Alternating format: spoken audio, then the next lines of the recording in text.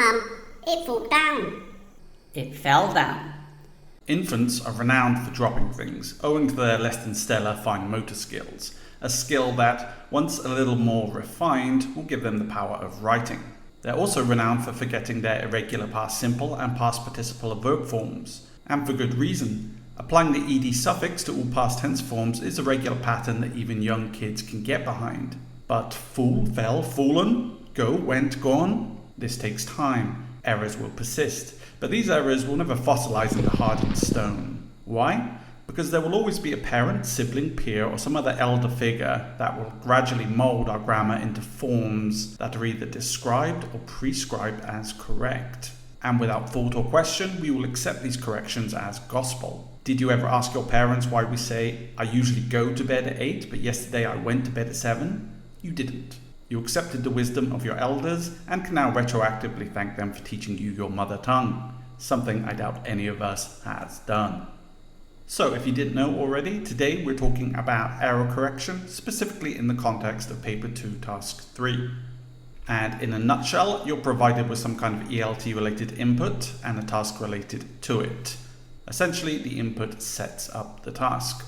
There are 2 or 3 parts, in this case 2, each posing a question, and you need to make as many valid points as you can across both questions to answer them by drawing on your broader ELT knowledge and experience. Now, there is a lot of error correction terminology which you should know in order to answer Paper 2 Task 3 questions like this, especially given the frequency by which this topic appears.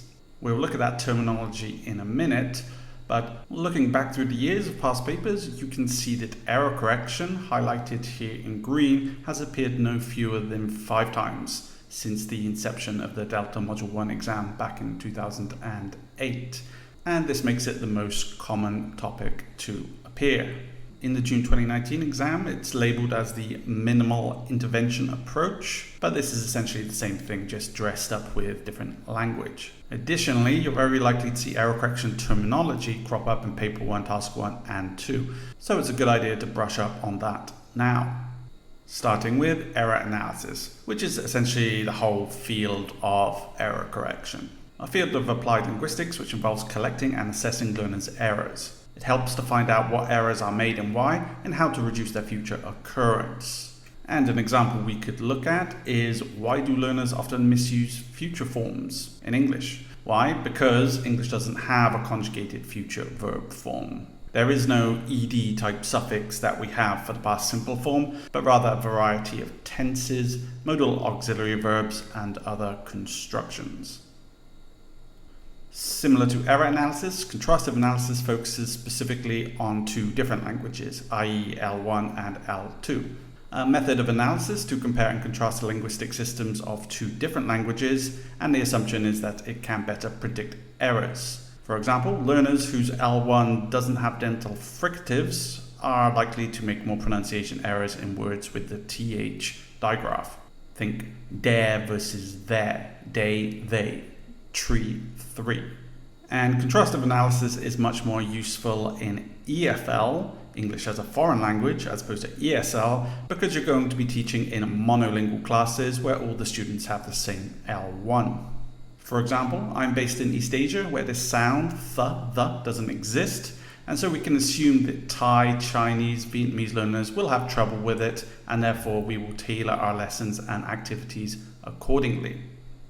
Now, moving on to types of error. A global error is an error that disrupts the overall sentence structure and significantly hinders communication. It makes the speaker's intended meaning difficult or impossible to understand. For example, someone says, because late, missed the bus. Here, the subject has been omitted, and though we could probably deduce from context who the subject is, we'd likely need to ask a clarification question like, who was late? Or who missed the bus? And this contrasts with local error, which is an error that only affects a single linguistic element, such as tense or subject-verb agreement, and so doesn't significantly hinder communication. The speaker's intended meaning remains clear. Because I am late, I missed the bus. So even though the verbs haven't been conjugated in the past simple, the message is still unambiguous and further clarification questions are not required. So global and local errors refer to intelligibility of the meaning. how clear the message is. Then we have a slip, which is an erroneous form produced by learners when they are tired or not concentrating fully.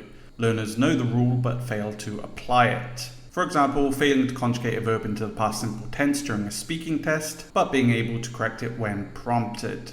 So a slip is more likely to be a local error where meaning is not impeded.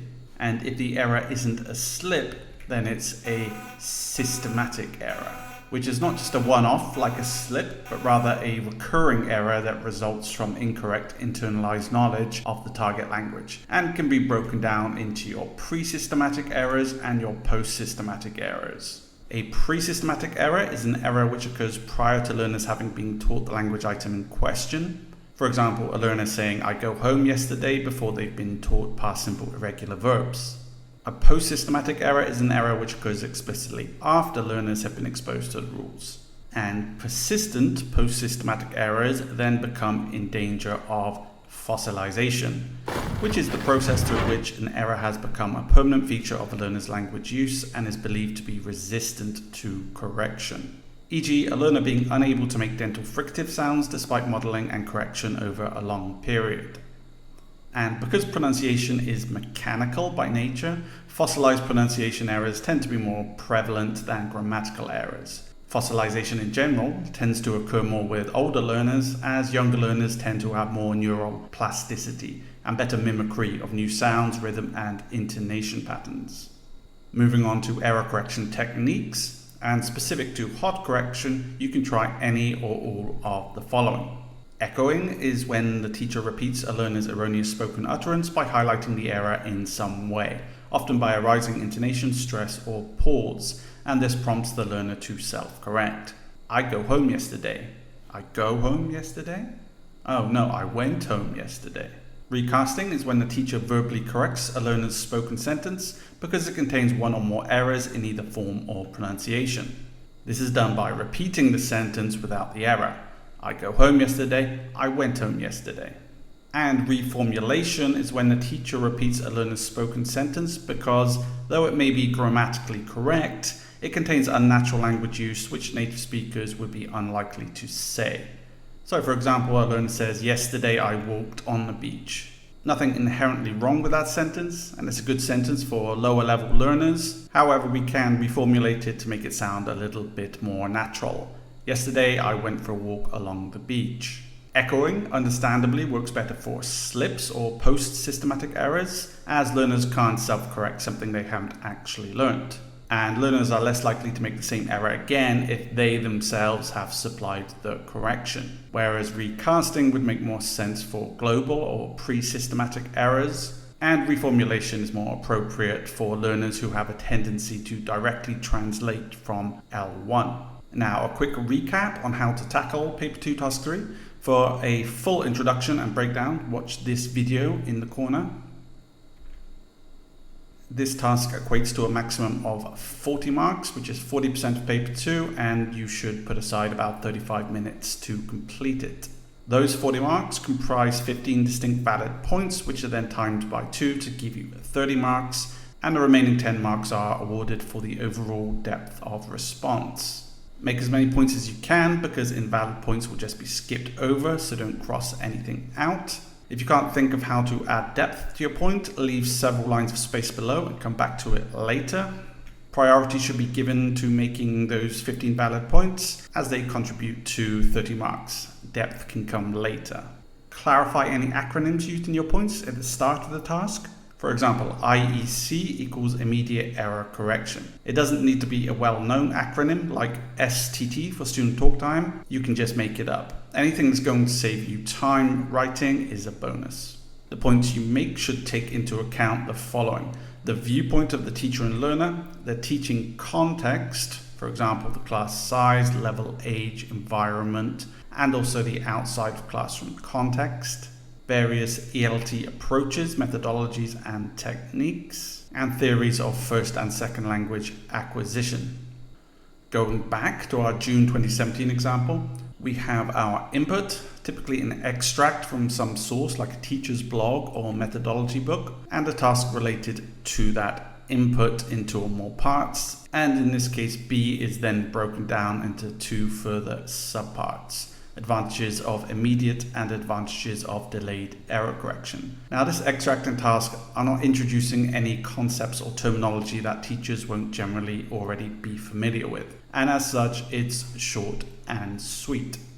However, it may be a bit more dressed up, as in this extract, which essentially defines a minimal intervention approach as stepping aside during an activity, which essentially means don't hot correct or don't use immediate error correction.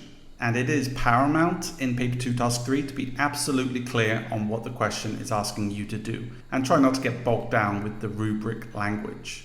And it can be a good idea to simplify the rubric by rewriting the questions directly on the exam paper. So, what are the advantages of a teacher adopting a minimal intervention approach? Well, this is essentially just asking what are the pros of delayed error correction, which is effectively the same as what are the cons of immediate error correction, since these two terms are antonyms. On the flip side, what are the disadvantages of minimal intervention? What are the cons of delayed error correction or the pros of immediate error correction? Back to our June 2017 task 3, we're going to want to get 15 concise valid points down across both parts as soon as possible. So from a teacher's viewpoint, since the question states what factors help a teacher decide, the first thing that might come to mind is how often you hear a certain error. Then maybe if a spoken error, can you still understand the learner? Or was it related to the target language? Now it's logical to focus on the teaching context, the age of the learner, the lesson stage of the error. And then maybe you want to throw in a point on methodologies and approaches. For example, Desuggestopedia does not focus on overt error correction. And then maybe nothing else springs to mind, so you jump into part B with a subheading and clarification of the acronym you expect to use frequently to avoid unnecessary handache. It promotes accuracy. Learners expect to be corrected if they make an error. This is from the viewpoint of the learner. Very important to consider also, etc. Now, while these might all be valid points and might net you 2 marks each, it is now very difficult to add additional points, if you think of them later, or to add depth to any existing points, which remember is still worth 10 out of the 40 possible marks. To avoid this, leave 5 or 6 lines of extra space under every point made. If you don't have the time or are not sure how to expand a point further, no worries, but if you need to, now you can. So here we are expanding out our point by essentially justifying its validity through a hypothetical example here, together with this key error correction concept of fossilization. And similarly, for both parts, we want to make sure we have the space available should we need it. And in this point, again, we are expanding this point by coming back to fossilization and making good use of our previously clarified acronym, IEC. And you'll notice that in our answers thus far, we haven't used any of the error correction terminology we looked at earlier. This can net you extra points, for one thing, but also improve your depth score, as it demonstrates that you have a strong background knowledge in this area. Another important thing to consider is if your points are considered too similar or not distinct enough. These 3 points should be considered distinct enough because although there might be some overlap, each deals with a contrasting pair of a different type of error. You're probably more likely to correct a systematic error over a slip, a post-systematic error over a pre-systematic one, and a global over a local error. However, if your next point is this, whether the error results from other factors like time pressure or fatigue, well, you're essentially describing what a slip is here. And so this would be considered too similar to the point above to warrant the 2 marks. Now, if you want to have a go at flexing your hand muscles in order to get 15 valid points with depth for this task, set yourself a timer for 35 minutes, pause this video and write as many points as you can across both parts on lined paper, leaving 5 or 6 lines between each point. Then, once you have at least 15, try and add at least some depth to each point. If you'd like to partake, then pause the video now and check my answers on the next slide. Now pause the video again and see how many of these you got correct. Please note that this is not an official answer key, as one hasn't been published, just my interpretation of it. Did you get any other answers? If so, let me know in the comments below and I'll see you in the next one.